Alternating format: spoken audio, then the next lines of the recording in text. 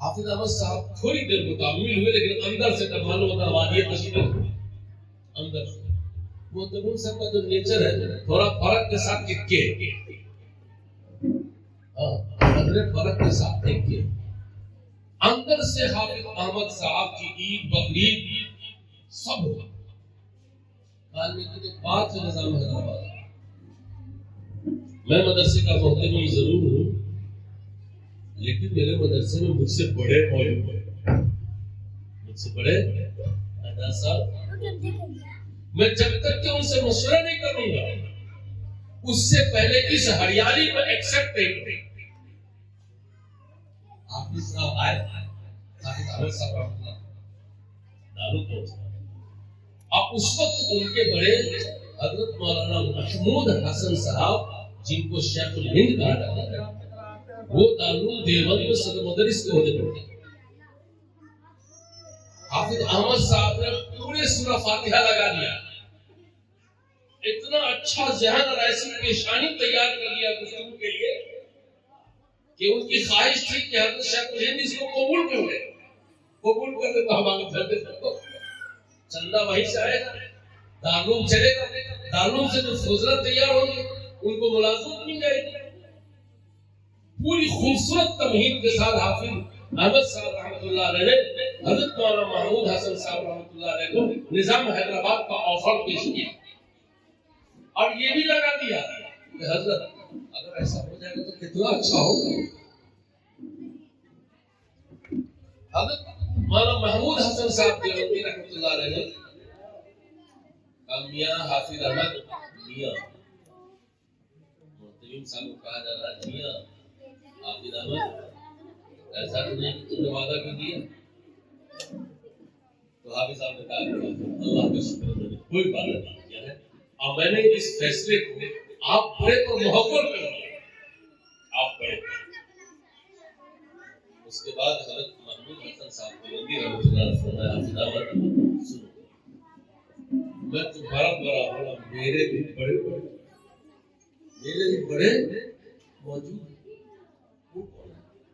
حضرت مولانا رشید اس لیے میں تمہارا بڑا ہوں میرے بڑے حضرت مولانا رشید اس لیے تم اب حضرت مولانا رشید گنگوئی کے پاس جا کر کے اس مسئلے کو پیش کرو فیصلہ شیخ الہند میں نہیں ہے وہ اپنے بڑے آپ کو معلوم ہے کہ گنگو دیوبند سے کتنے فاصلے پر ہے اس وقت سواری کی بھی سہولت نہیں تھی دارالعلوم کا مائناز محترم اور بانی دارالعلوم کا فرزند دلبند پیادہ پا دیوبند سے لے کر کے گنگوہ تک کا سفر کیا ہے صرف بڑے سمجھنے کے لیے اور اس فیصلے کے بارے میں حل لینے کے لیے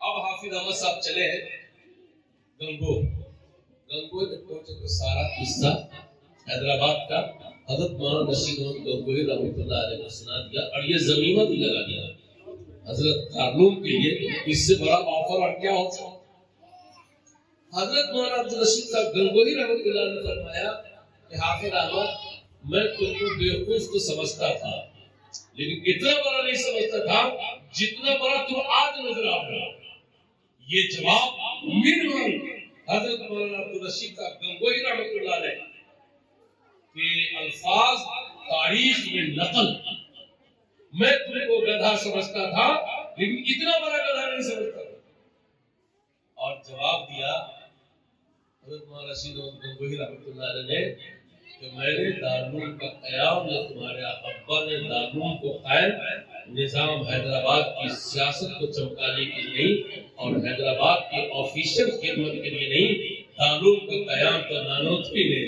مذہبی تقاضوں کی تکمیل کے لیے کیا مذہبی تقاضوں کی تکمیل کے لیے کیا قصہ ختم ہو گیا اس میں پیغام محمد انوار اللہ کے لیے یہ ہے کہ جب ہم کوئی دینی کاز کریں عمر ہماری چاہے جتنی چھوٹی ہو اپنے گاؤں اپنے سماج اپنے علاقے کے اکابرین بزرگوں سے مشورہ کیے بغیر اچھا سے اچھا خوبصورت سے خوبصورت کام جو بظاہر نظر آئے اس کو نافذ مت بیلنس میں رہیے بیلنس رہے گا.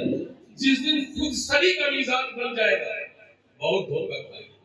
کتنا خوبصورت آفر تھا نظام حیدرآباد کا، لیکن حافظ احمد صاحب اگر بحثت محترم ایکسپٹ کر لیتے تو کوئی بات نہیں تھی. لیکن محمود حسن صاحب رحمۃ اللہ علیہ کی اور لقمان عبدالرشید صاحب گنگوہی رحمۃ اللہ علیہ کی جو نگاہ دیکھ رہی تھی فتنے کو اس معاملے میں، وہ حافظ احمد صاحب کی نگاہ نہیں دیکھ پا رہی تھی. اسی لیے کہا جاتا ہے کہ مدرسے جوانی چل رہے، انجن نیا ہو تو اچھا، ڈبہ پرانا چلے گا، نیا انجن ہو، لیکن انجن گارڈ کے اشارے اور اگلا سگنل کے اشارے کے بغیر گاڑی دوڑانے کی کوشش نہ کرے ورنہ گاڑی چور ہو جائے. میں یہ بات اور یہ قصہ صرف قاری ریحان صاحب کو سنایا ہوں اور اپنے آپ کو سنایا ہوں کہ جس دن اس مزاج ایسا بنا لیجیے گا اس دن انشاءاللہ مدرسہ سلمہ للبنات کی معنویت کو دنیا کی کوئی طاقت بڑھنے سے روک نہیں سکتی. انشاءاللہ بڑھے گی. وقت بہت ہو گیا ہے، اس لیے میں انہی 2 بات پر 3 بات یا 4 بات کے لیے میں نے کہا تھا. زندگی بچی تو پھر انشاءاللہ آئندہ بات ہوگی. 2 باتیں ذہن میں رکھیے. مدرسہ کیوں لڑکیوں اس کی 2 وجہ میں نے بیان کی. ایک تو آدھی آبادی ہے اس کی، اور دوسری یہ ہے کہ مستقبل کی پرورش مصیبت ہوتی ہے. البتہ ایک بات چھوٹ گئی ہے کہ بحیثیت مسلم 3 وجہ ہے. تو مسلمان عورت ہونے کی وجہ سے تیسری وجہ یہ ہے کہ نبی رحمت صلی اللہ علیہ وسلم نے صرف مردوں پر علم دین کو فرض نہیں کیا ہے بلکہ عورتوں پر بھی فرض کیا، اور فرض کا اتنا سیریس دفعہ لگایا ہے کہ اگر اس فریضے کی ادائیگی نہیں ہوئی تو پوری زندگی عورت اسلام کے تقاضے کو پورا نہیں کر سکتی ہے اور چلنا چاہے تو نہیں چل سکتی ہے. اس لیے اس فریضے کی ادائیگی بہت ضروری ہے. آج شریعت و سنت کے مطابق عورت میت کو غسل دینے والی عورت ہمارے سماج میں نہیں. اب بلا کے لے بھائی پرانی بھی چچی ہوگی دادی، پورے گاؤں میں ایک عورت ہے، کوئی سرخ لگا ہوا ہے، کوئی ریبن لگا ہوا ہے، کوئی کاجل لگا ہوا ہے.